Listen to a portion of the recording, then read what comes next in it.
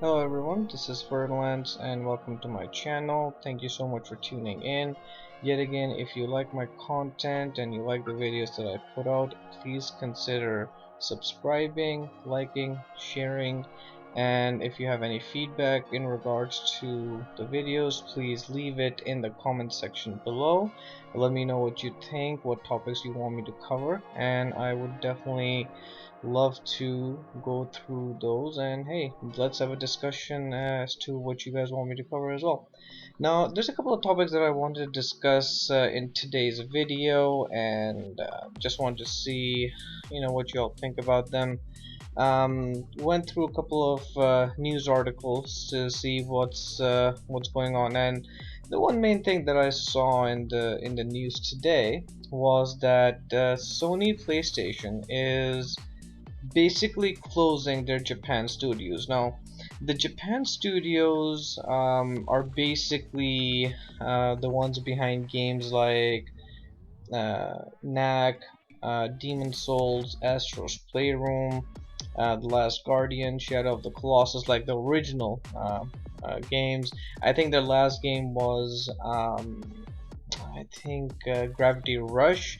In all honesty, I think apart from Shadow of the Colossus, I haven't played any of the other games. I am planning on getting the remake of Demon Souls once I do manage to get a PS5.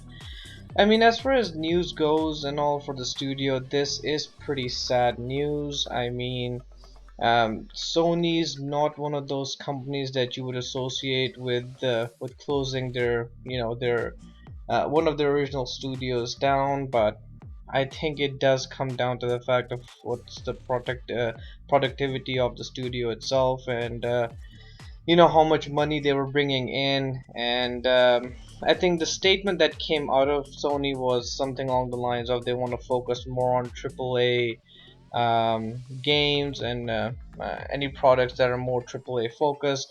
And I have to say I am a little bit biased in that particular regard because I am a very choosy gamer. I usually don't have a lot of time to play games, so most of my games that I do choose are the ones which are of the AAA quality. But having said that, it's never good news to hear about a studio being shut down, especially a studio that has been in the fold as long as the Japan Studios has been. It is a fantastic studio and with a number of games under their belt.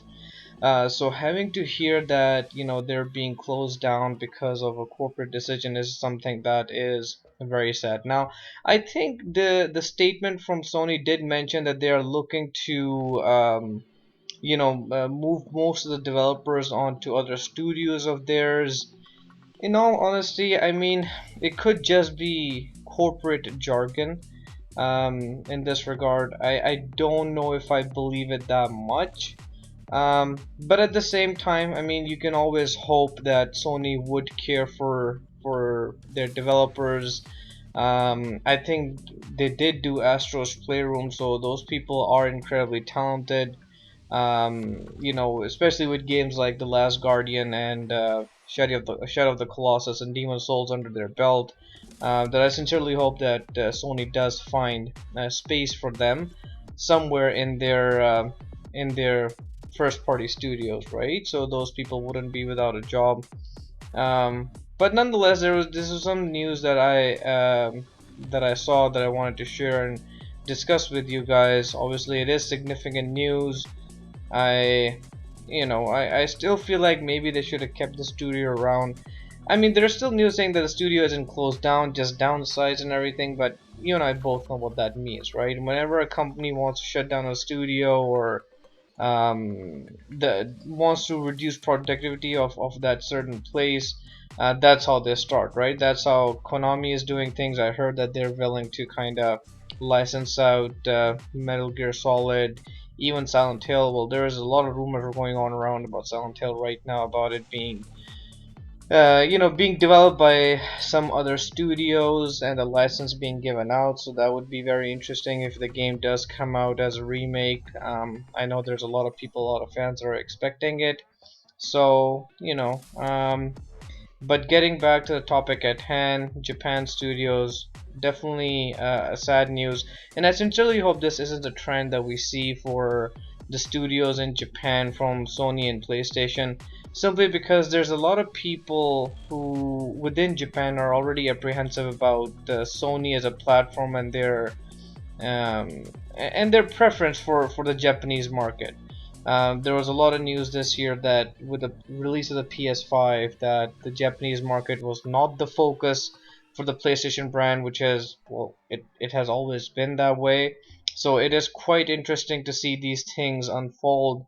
I know the sales of the PlayStation have been kind of reduced in Japan, and now that could just simply be because of the supplies being lower, but at the same time, I can't say for sure if it's the market itself that's kind of losing interest, or maybe it's just a supply thing, and when the supplies are, back up and PlayStation 5s are available in store, we will see a surge in sales in Japan as well. So definitely be something that I'll keeping an eye on, and I'll definitely keep you guys posted if you're interested in news articles like these. Within the same statement, Sony said that they're gonna focus more on AAA games. At the same time, I like hearing that, but as someone who knows that there are people out there who do enjoy the indie games, AA games, it's definitely something that isn't encouraging, especially for a studio with as much experience and number of years behind their talent as the Japan studios had. So definitely something to consider and to keep an eye on, and going from there. Now, number two topic that I had in mind is something that's been going around social media, and I know the famous games journalist Jason Schreier kind of covered it as well in one of his tweets, stating that God of War isn't gonna be a 2021 release. And then there was another thing going around about Horizon Zero Dawn, Forbidden West not being released in 2021 either. Now, I have to say, I mean, a part of me does feel like that God of War, I believe, yes, Sony will give Santa Monica Studios their due time in order to fully polish the game as they see fit, because without they'll never release the game if it's not finished or if it's not polished. They'll make sure, because God of War is their cash cow. Like, the God of War 2018 was a fantastic game. Like, I cannot tell you guys how much I loved that game, and I'll definitely be making a separate video about this in the future, kind of putting my thoughts and reviews on God of War, what I thought about the game, how I got introduced to the franchise, and how I developed as a player and a fan of that series. And but like, coming back to the new God of War, which I know a lot of people are calling Ragnarok, the name is not confirmed, guys. I would not think that the next one is called Ragnarok. I know Cory Barlog, the creative director of God of War, said that he was interested in making more than one or two games. So if there's going to be 3 games of God of War, I'd imagine the second one wouldn't be called Ragnarok. But I would definitely keep an eye on that, and if there's anything new that comes up in that regard, I'll definitely let you guys know. And as far as the expectation of the release date, yeah, I kind of believe Jason Schreier. I mean, Sony is gonna give that game time to properly develop, and maybe give it a couple more months to bake in the oven, make sure that the game is fully polished before release. Now, when it comes to Horizon Zero Dawn, I do feel like Sony is probably gonna want to release it this year. I know they have Ratchet and Clank this year coming up, but it's not a heavy hitter like Horizon Zero Dawn would be. It's not the game on that same level, and I'd expect Sony to definitely have one full AAA release this year, because as much as Ratchet and Clank is beloved, and it's a game that a lot of people are looking forward to, it's not what you'd call game of the year material, so if you want a game of the year contender from Sony and PlayStation, it has to be a game like Horizon. And that leads me to believe that no matter what, Sony is gonna try to release that game within this year. So that kind of gives me a little bit of hope. The only thing that's kind of, you know putting a hurdle in my belief is the fact that there is not a lot of news about that game so far.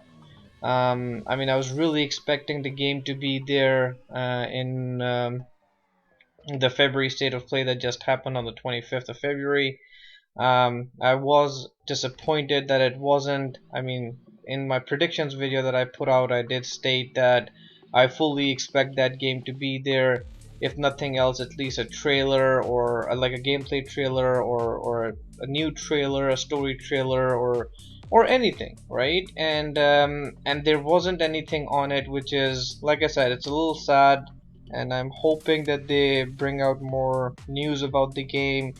Um, Create more hype behind it, because it's been kind of silent about that game so far, within this year, as it seems. So hopefully, if they have another state of play, or in March or in April, maybe we'll see some more information about that game and some gameplay, some graphical fidelity of how the game looks on the PS5, what we can expect from the story of it, and hopefully a release date, which I'm expecting would be, somewhere either end of summer or in fall, and we'll see how that goes.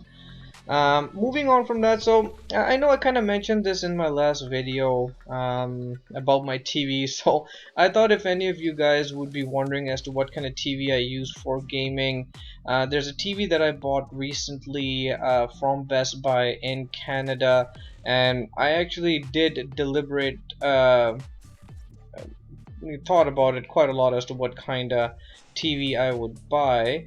I mean, I think I had like 1 or 2 months of research behind the kind of TV I would buy, simply because it was going to be a bigger investment for myself.